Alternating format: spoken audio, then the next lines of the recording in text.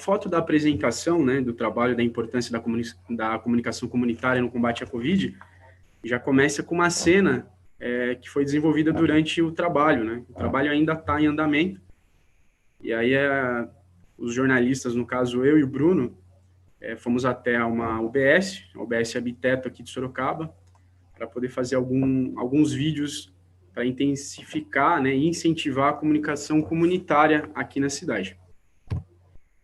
Aqui eu tenho um pouco do cenário de Sorocaba. Sorocaba conta com 32 unidades básicas de saúde, sendo 13 ESF, né, que é a Estratégia de Saúde da Família. Temos 44 equipes dessa estratégia e a população de 679.378. Aqui eu trago também o nosso boletim epidemiológico, que diariamente a gente faz a divulgação para toda a cidade, em imprensa. E aí os dados de ontem, né, com 2.779 confirmados. E também, desde ontem, a gente começou a divulgar pelas redes sociais toda a taxa de ocupação dos leitos, tanto leito clínico como leito de UTI. Tá?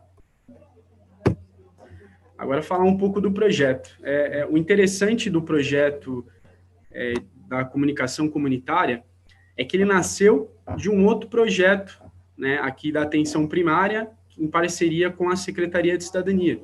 Então, eles estão fazendo visitas nos territórios com maior vulnerabilidade social, né, para poder levantar as demandas desses territórios. Então, eles cruzaram 3 mapas, né, para fortalecer esse olhar deles, um mapa de vulnerabilidade social da cidadania, um mapa criado exclusivo da atenção primária, com notificações de casos com síndrome gripal, e o mapa da vigilância epidemiológica, já com os dados confirmados da Covid-19. E aí, durante esses encontros, eles levantaram um diagnóstico em vários, né, territórios, que foi a falta de comunicação. E aí, os profissionais da atenção primária me procuraram, Marcelo, a gente levantou, né, esse diagnóstico que tem falta de comunicação em todos os territórios. E aí eu pensei comigo, mas, poxa vida, jornalista, estou de imprensa, trabalhando 14 horas, mas como que está faltando comunicação? Eu não estou entendendo.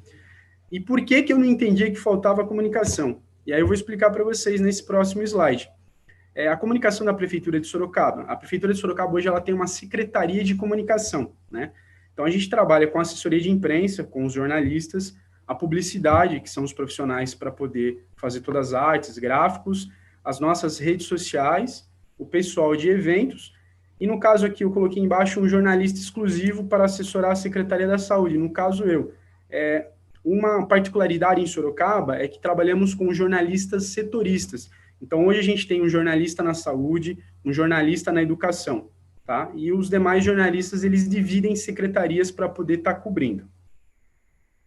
O trabalho desse assessor de imprensa meu hoje é identificar o que é notícia, que segundo o Mário Herbolato, né, um grande ícone do jornalismo, ele fala que é o fato / acontecimento.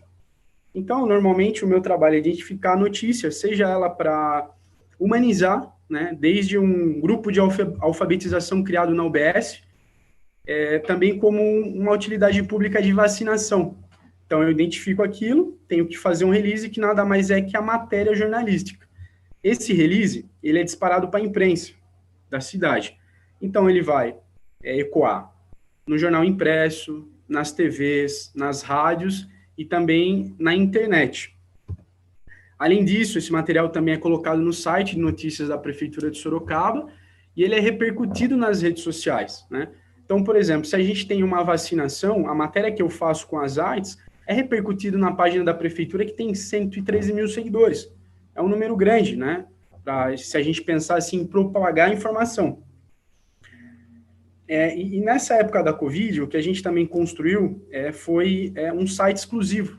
E nesse site exclusivo da Covid-19, a gente tem vídeos, né, do infectologista dando as dicas, a gente tem gráficos e a gente tem outros informes, né, orientativos durante a pandemia de cuidados preventivos, tá?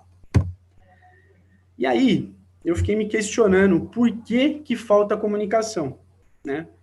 Tem a matéria, tem os posts, e eu fiquei encucado com essa situação. Então, eu comecei a observar um pouco mais os comentários nas redes sociais. E também eu comecei a discutir com a equipe técnica de atenção primária o que eles tinham observado nessas visitas dos territórios, tá? E aí, a gente criou aqui alguns diagnósticos do sentido que a pandemia se tornou política. A gente sabe que existem ideologias, né? Alguns acham que é gripezinha e outros têm certeza, né, da fatalidade, enfim, da preocupação que é a doença hoje, né? E aí a gente tem diferença nas linhas editoriais dos veículos. E quando eu falo veículos, são os veículos de comunicação. Então, a gente tem jornal fazendo a manchete das mortes no Brasil e a gente tem jornal fazendo matéria dos curados. Infelizmente, o que eu brinco aqui no meu setor é que às vezes eu faço uma matéria de 10 parágrafos para ninguém ler, porque todo mundo está ali na manchete. E é isso que vai chamar atenção na capa de um jornal, num teaser chamada de TV, tá?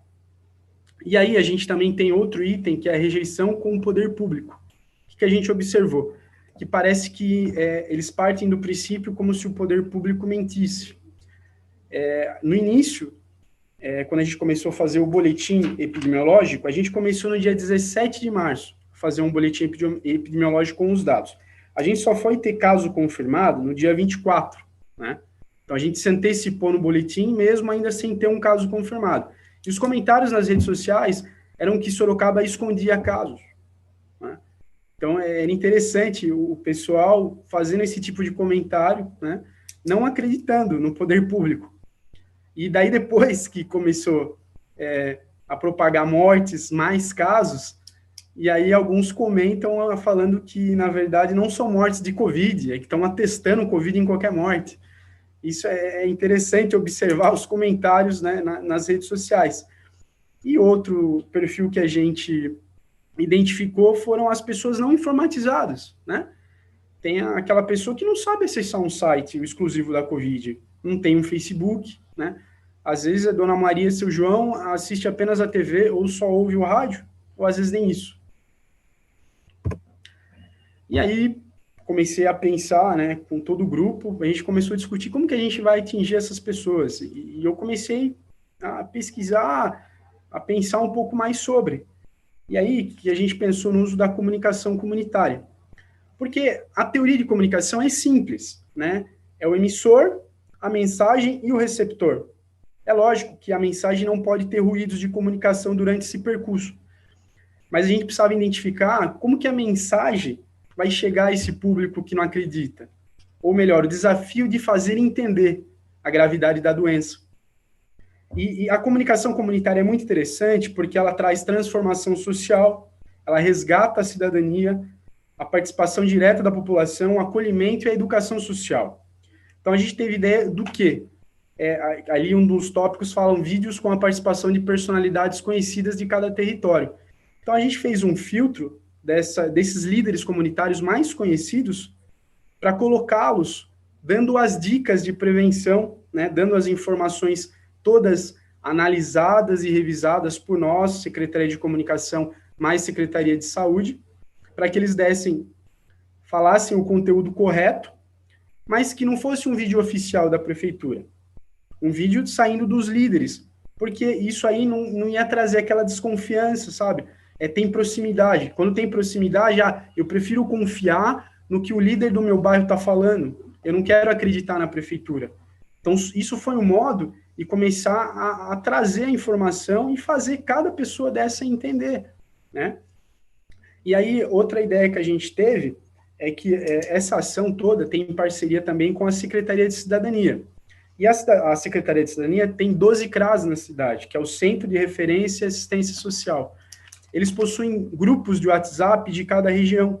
Então, eu falei, faz o seguinte, né? Comentei com todo o grupo, por que não disparar esses vídeos das personalidades locais segmentado? Então, vamos lá fazer um vídeo do Habiteto, com os líderes lá, um vídeo do Território Jovem ali da parte do Ipiranga, e aí esses vídeos e também os informes oficiais da prefeitura pudessem ser disparados nesses WhatsApp, para que a gente pudesse propagar cada vez mais a informação.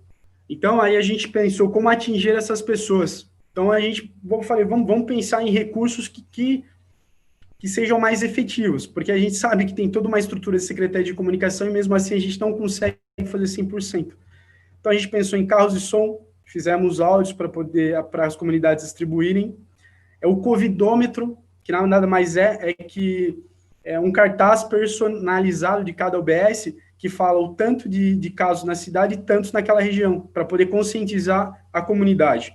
Cartazes informativos e informes impressos, tá?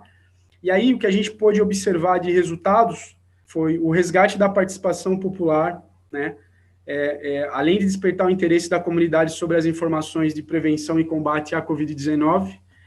E uma frase que a gente acha bastante impactante é essa, que é a aproximação entre poder público e comunidade, gerando vínculo e confiança para agir em prol da população durante essa pandemia.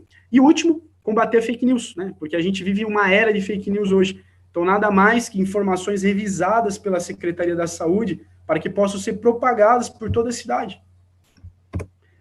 E aí fica o meu agradecimento do convite e de poder disponibilizar essa apresentação e trabalho para vocês.